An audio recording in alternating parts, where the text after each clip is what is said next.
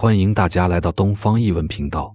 影片制作艰辛，请大家抬手点赞订阅，支持我们做更好的节目。播主本人是一个爱酒之人，年轻浮躁时也有过一些荒唐经历。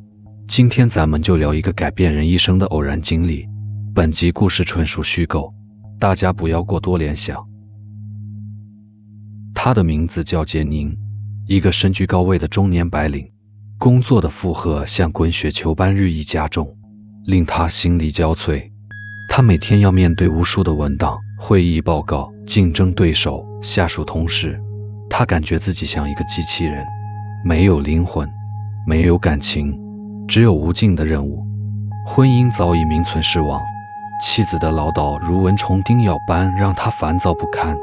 他们已经很久没有共同的话题，没有共同的兴趣，更没有共同的目标，只有共同的孩子。杰宁生活在财富与名望的金锁之中，一个看不见的牢笼。他渴望自由，渴望快乐，渴望改变。杰宁有一个秘密，那就是他有一个漂亮聪明的情人，他叫王曼，是一家杂志社的编辑，年轻有为，风趣幽默，对他体贴温柔。和他在一起的时光是他为数不多的快乐时刻。他们会在周末去郊外散心，会在晚上去酒吧喝酒，会在旅馆里缠绵悱恻。然而他不敢与妻子离婚，因为他深知一旦脱离婚姻的枷锁，那金锁也会随之碎裂。这天夜里，杰宁如往常一般与情人相会，酒过三巡，情人催促他离婚，说他已经等不及想要和他一起生活。杰宁的心中烦乱万分，他既不想失去情人，也不想失去财富。他喝了很多酒，想要麻醉自己的思绪。借着酒精，他决定返回家中，和妻子再吵上一架，然后提出离婚的要求。他觉得这样或许能让自己有些底气，也能让妻子有些退让。酒精在血液里奔流，杰宁的思绪也随之浑浊。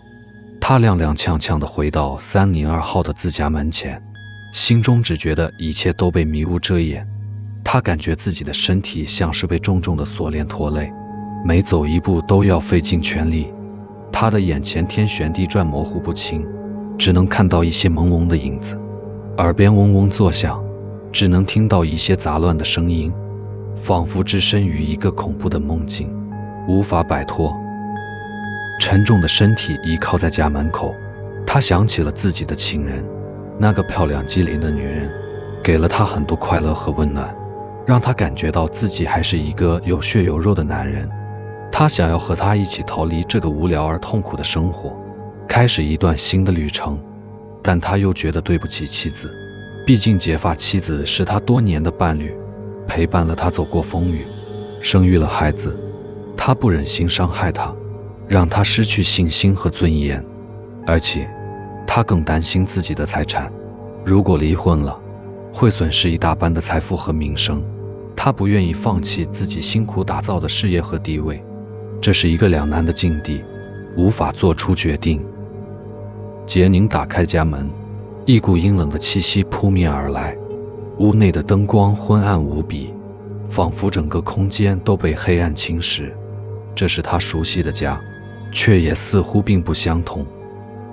一切都太过整洁，细致的衣裳，地板上没有一丝灰尘，桌子上没有一丝杂乱，甚至连墙上都没有一道划痕。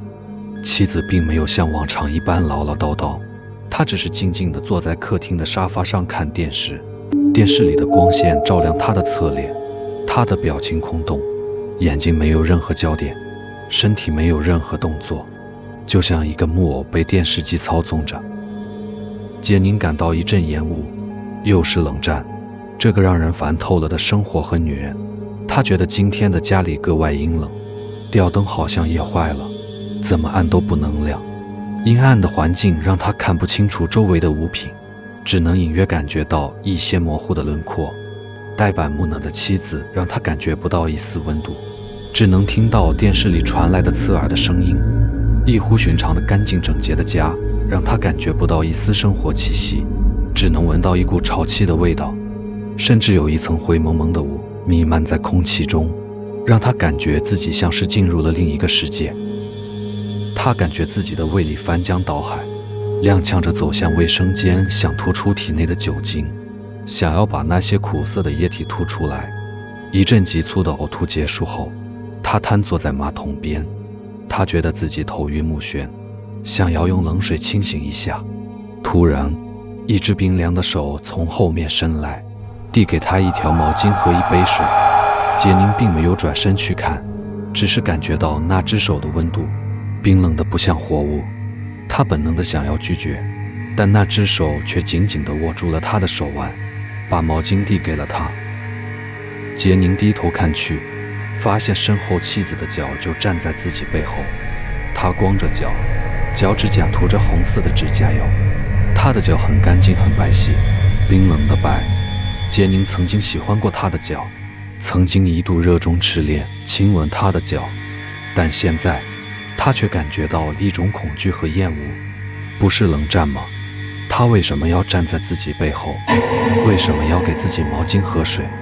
是不是已经知道了自己的秘密？杰宁想要转身去看他，但却发现自己头晕目眩，身体完全不受控制，只能听到身后沉重的喘息声。恍惚一夜，第二天一早，杰宁起来洗漱，宿醉的头疼依然没有消散，直到准备出门上班时，他都未见妻子的身影。这似乎很正常，也似乎又不正常。他的头疼得要裂开，想要吃点药止痛。他感觉自己的胃里还有一些酒精残留，想要喝点牛奶消化，但看了一下手表，时间已经很紧张了。他还有很多工作要做，很多客户要见。他急匆匆地独自出门走下楼，下了一层，走到了302门前。302，自己家的门前。他一阵恍惚，这才惊觉事情的诡异，急忙往回跑上楼。刚走2步，抬头望去，发现楼上402的邻居也正要出门去上班。他认识那个邻居，叫林先生，是一家公司的经理。他们经常在偶遇时打个招呼，聊聊天气和股市。杰宁看着邻居的脸，试图寻找一些线索。邻居的脸上没有任何异样，只有一种平常的微笑。杰宁想要问他昨晚发生了什么事情，但却不知道该怎么开口。他怕邻居会觉得他疯了，或者是在说谎。他只能装作若无其事地和邻居打了个招呼，然后装作看手机停留了一下。等邻居从他身边经过后，他反复在3楼和4楼间仔细查看了半天，完全不可能走错，甚至4楼的房门和他家的都完全不一样。那么，昨夜自己到底去了哪里？给自己递毛巾的妻子又是谁？一切似乎隐藏在迷雾之后，模糊不清。杰宁感到一阵头痛，他想要找出答案，但又毫无头绪。杰宁的心揪了起来，一种难以名状的恐惧蔓延全身。他思索良久，颤抖着按下了302的门铃。妻子的声音很快在对讲机中响起，语气非常自然，并未有任何异状。他问他怎么了，他只是说有点不舒服，想要回家休息一下。妻子说好，匆匆给他打开了房门。妻子的声音里透着一种关心和体贴，没有多问他为什么不舒服，也没有责怪他喝酒或者加班，只是简单的说了几句安慰的话，让他不要担心，并且急急忙忙的给他煮粥暖胃，让他好好休息，还说已经给孩子们做好了早餐，一会孩子们醒了就马上送他们去上学，不会让孩子打扰爸爸。她就像一个完美的妻子，一个完美的母亲，为杰宁打理好了一切，让他无需操心。杰宁踉跄地扑倒在卧室床上，他感到天旋地转。他不知道昨晚去的是什么地方，更不知道那个家里的人到底是谁。他想不通，更想不明白。这一刻工作的压力仿佛也没那么重要了。杰宁沉沉睡去，事情也就这样不了了之了。奇怪的是，从那天起，杰宁再也没有去见过自己的情人。不是因为对那晚经历的恐惧，也不是因为对妻子的愧疚，就只是好像心中那团烈火在那个诡异的夜晚被莫名的熄灭了。本集已经播放完毕，谢谢大家收看收听。节目制作不易，新频道经营困难，恳请大家点赞、订阅和支持。